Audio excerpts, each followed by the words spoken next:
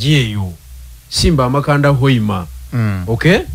go simba amakanda hoima kijja tuyamba okukendeeza amaani ga NRM mu Bunyolo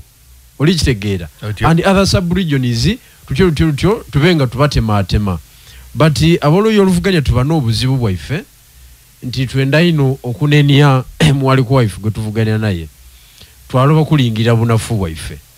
titweteeka eibanga lyona but huyu ali kuwagala ebyokulwanisa n'engeri gyali kwenda okulwana mutugitegeire ayi tuli kwenda kudiscussinga ife ndi Museveni bwaira mweyo phase tumu approachinga tutia there is no debate about that okay nize debate yagitaire uzenka aya abebibina byona nabawandikira ngobako bachi ngamba ko nti let us have a conference ku strategy je tujje okola ki okukozesa okwanganga NRM because Museveni ali ku movinga ali ku spendinga sente if as opposition to the politics of Komanyoko ngaira mawo yamwetanga weli akali mu opposition tumaze emyaka 3 tulikwevuma akali mu opposition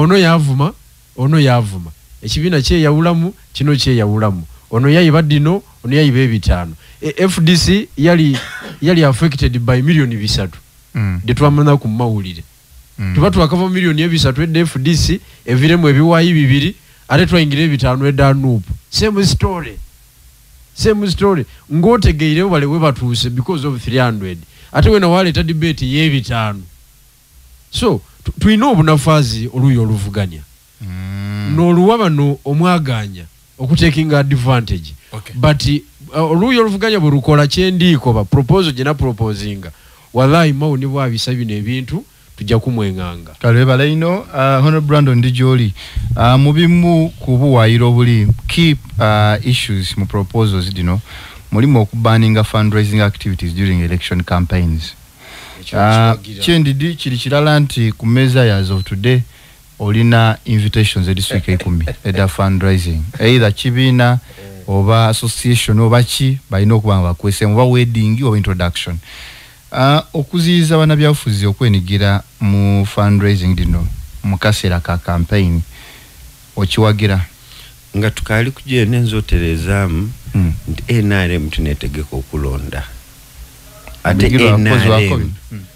tineri kuteekateeka reforms kubanga byabaka mazira namba ya NRM so the government mulimu actors aina number ya appointing authority they are actors secretariat ekulirwa todongo tineri kuteekateeka so ndikwenda tereze picture ate tubaliterekeza president Museveni this is a government president doi doctor noyo nateekateeka NRM okay ate tibali kuteekera president Museveni kubanga tinajja okubaawo tulikola ndikwenda oleme kukuza kintu kino tudda kuloboneka oti tuli baana bato this is NRM government era NRM manifesto banoji bakoba nti neri kola ki jemuli ku implement neri kutambula whether you are opposition what oli subjected ku manifesto ya wangulo wa president so NRM government neri kutegeka bino ebintu itema kwa ulira wano lokubanga oli kwenda kufuna kama oli mwolumukira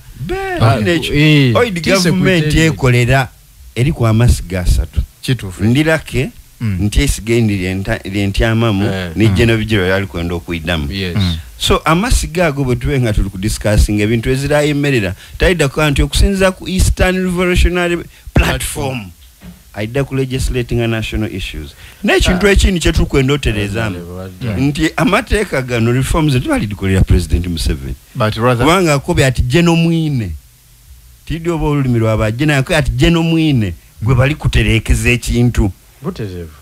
bali kutereeza amateeka gajja okusigala okwira ku kyokobya okusookera yali ekyo tikiyaka electoral commission erina amateeka era batukuba nti mu biseera ebyokulonda toli supposed ku fundraising toli biriwo era ndoza kuli ku ni penalties ndibasoko bantu bakugemole na approving mwe bekweka nti bo approving candidate oyo baba enwe baso mu disqualifying which has never happened TD so we have a sleeping law TD kiche bajokozesa okwongera kubanga ekyo tikiyaka buza bijirwa ekyo kiyaka ekyo tikiyaka kibenga nti tuli supposed era ni civil society organization ya tamu amaani okuba nti twasigninga plans sipo twali mu by election wonga tumaze okuva mu court tuizemu abasadvaida batu meetinga twabawe Kagoma twasigninga plan commitment twendwe na ba candidate ndidukira nakola nakosa na maka myufu nata komu chuchu ezira kuwa muntu sente ezira kulwana twako meetinga twali na lare twajeru muli twakubagana migo ngayo in the morning to sign in zechi commitment nti ezira violence ezira twakubagana migo era twaveru muli eyo ngemotoka badase ndabiramu twenenkera we reinforced twairayo ku kyalo ayi ngaido twakoze eki so but mperano these amendments we should find a way kubanga electoral commission already ina mateka agaliwo then bocheche sento kuditolamu monetizing politics buti kijja kuba kizibu eiteka lidda kubaawo ayo kuli implementinga so omuntu kujasigala kubitangana omuntu iwagwidi buti abalonzo tandika okuba inambo bana akashiko katulobeire okuba womuntu so mbana mumbonera otukani program ba the law I think will only limit public sharing of resources aye ebibawo obwire totegera baide bano batambula ino obwire akaluka yo bakanonya bwire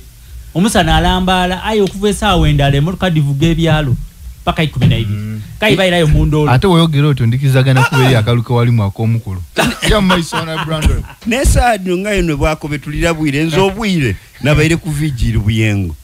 wavano wajali kubanga obwire operations dibankalamu buli kimu kibakwade so to implement eyo kutola mu sente actually we candidate one ibalambu batulobeire byomuntu akaluluka erabire wanje akalulukera n'abantu Dr. Franka owekitiibwa yakobano ndi abantu bamukobanga tekonga lyako bagoya ababuuza mwali aganawa okuba kuba mutyo mumwina akuwaga okola ki gowa n'obwemba bwe batusetting ati baba tumala kulya twebaza kwegamba otekebwa eriyo mutuka omuntu yakati wano honorable todaga kwogera iwe dichoyenda butambule ngo kwenda akalu exactly so ekyo kijja kuba kizibu if a political actors tuyinza okukoba nti kale tukikole I one kidda kufula very popular kyokubiri n'abantu baife iwe ndi boliyogera mogani munjire ensamo gani na programu abana ndi kujja abaleta bakumalira kanti ayi bana lwaki ne yasoti muko mwavu nti ife twena tulina kwewuunya lwaki olukumala obwire ati buti mwenda nkole nti awa so ekyo kyona kijja kuba bit complicated daiteka kalide ngayo ne bwako benti in public katugeze nti baidako bano banaife oidi buti babijirwa bamala bako government Museveni alikosa sente yaguze wale donations butwali ekyankwanzu one the president yatukoba nti mulekere nti ndikunonia engeri eyo kuhandikira amakanisa mbako ndi mulekere okukoba bempe bano okuida mu fundraising kubanga balikuwa avuala balikuwa stressed yatukoba notukoba nibino kugula ambulance bichitibu vunanizibwa bwaimwe but sitting government mubirekere let me support you.